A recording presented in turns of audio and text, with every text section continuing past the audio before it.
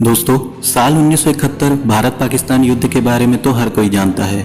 इतिहास में अब तक पाकिस्तान पर दर्ज की गई भारत की सबसे बड़ी जीत है। भारतीय सेना के जवानों ने इस युद्ध में पाकिस्तान के 93,000 सैनिकों को घुटने पर ला दिया और आत्मसमर्पण करने के लिए मजबूर कर दिया। वैसे तो इस युद्ध में भाग लेने वाले हर सैनिक का अपना योगदान रहा, लेकिन साल 1971 के युद्ध का श्रेय अगर किसी एक सैनिक को दिया जाए तो सैम मानेकशॉ का नाम सबसे ऊपर आएगा। साल 1971 युद्ध के दौरान सैम मानेकशॉ भारतीय सेना के प्रमुख थे। उनके नेतृत्व में ही भारतीय सेना ने इस युद्ध में इतनी बड़ी जीत हासिल की थी। सैम मानेकशॉ की कहानी वैसे तो जल्द ही बड़े पर्दे पर देखने को मिलने वाली है, जिसमें विक्की कौशल सैम मानेकशॉ का किरदार निभाते हुए नजर आएंगे। आज हम आपको इतिहास के पहले फील्ड मार्शल की कहानी के बारे में बताएंगे। 3 अप्रैल 1914 को अमृतसर में सैम का एक पारसी परिवार में जन्म हुआ।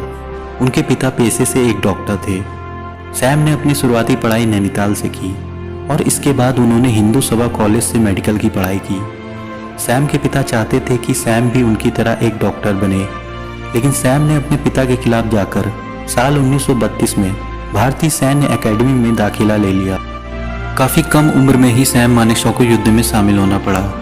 बताया जाता है कि सैम को युद्ध के समय शरीर में 7 गोलियां लगी थी, लेकिन इसके बावजूद सैम ने बड़ी बहादुरी से दुश्मन का सामना किया।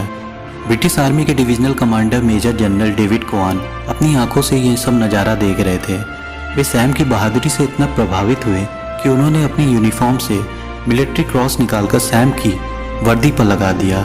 सैम मानेकशॉ की हालत देखकर सबको लगा कि सैम का बच पाना बिल्कुल मुश्किल है, लेकिन तभी उनके साथी शेर सिंह ने उन्हें अपने कंधों पर उठाकर युद्ध क्षेत्र से निकालकर एक ऑस्ट्रेलियन डॉक्टर के पास इलाज के लिए ले गए। डॉक्टर ने जब सैम की हालत देखी तो उन्होंने ये कह के सैम का इलाज करने से मना कर दिया कि सैम का बच पाना बिल्कुल ही मुश्किल है। सैम के साथी शेर सिंह ने जब डॉक्टर को इलाज करने के लिए फोर्स किया, तब आखिरकार डॉक्टर ने सैम को चेक किया और सैम से पूछा, जवान तुम्हें क्या हुआ है? डॉक्टर को जवाब देते हुए सैम ने कहा कि मुझे एक खच्चर ने लात मारी।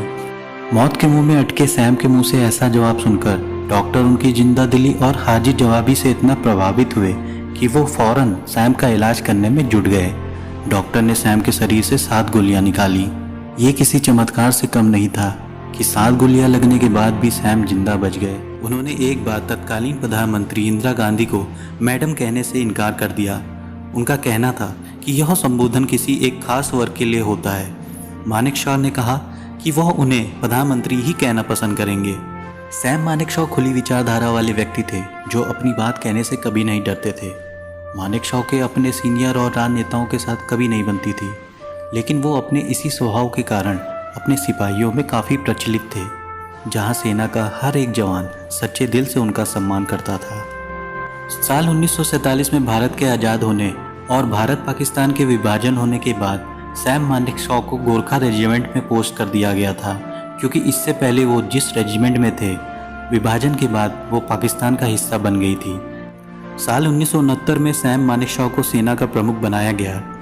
मानेकशॉ के सेना प्रमुख बनने के बाद भारतीय सेना में जबरदस्त सुधार हुआ। उधर पूर्वी पाकिस्तान का अपने नागरिकों पर अत्याचार इतना ज़्यादा बढ़ गया था कि वहाँ के नागरिक अपनी जान बचाने के लिए भारत की तरफ पलायन कर रहे थे। ये भारत के लिए समस्या इतनी गंभीर थी कि उस समय के तत्कालीन प्रधानमंत्री इंदिरा गांधी ने सेना प्रमुख सैम मानेकशॉ के साथ एक मीटिंग की।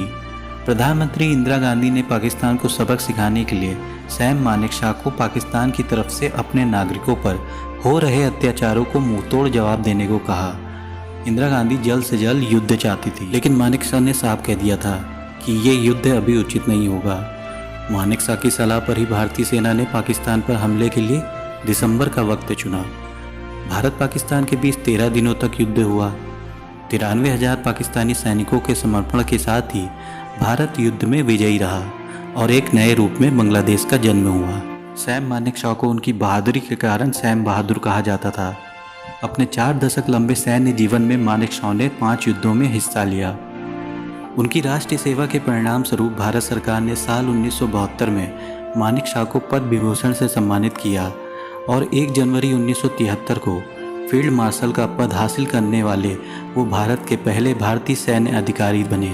इस सम्मान के 2 हफ्ते बाद 15 जनवरी 1973 को उन्होंने एक्टिव सर्विस से रिटायरमेंट ले लिया।